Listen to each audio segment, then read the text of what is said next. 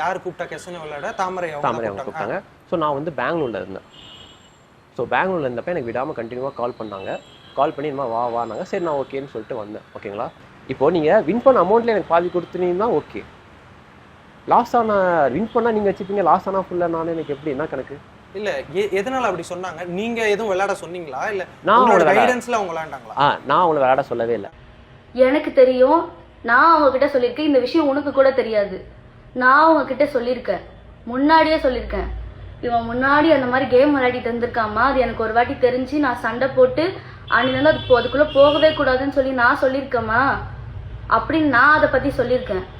கோவா போனப்போ அந்த விஷயத்த வந்துட்டு உண்மை போலாமா பாப்பான்னு கேட்டதுக்கு நான் அவங்கள ஸ்டாப் பண்ணேன்.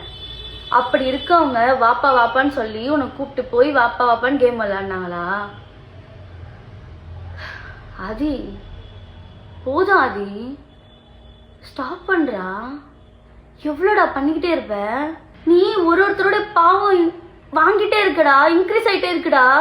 இவ்வளோ பேரோட பாவம் இருந்தா நீலாம் வாழவே முடியாதுடா. நீ எவ்வளவு நீ இதுல வர நல்லது பண்ணி அந்த பாவத்தால கழிச்சுக்கிறியா அப்படின்னு அதை சொல்றியாமே. நீ அதுக்கு திருந்தணும்டா.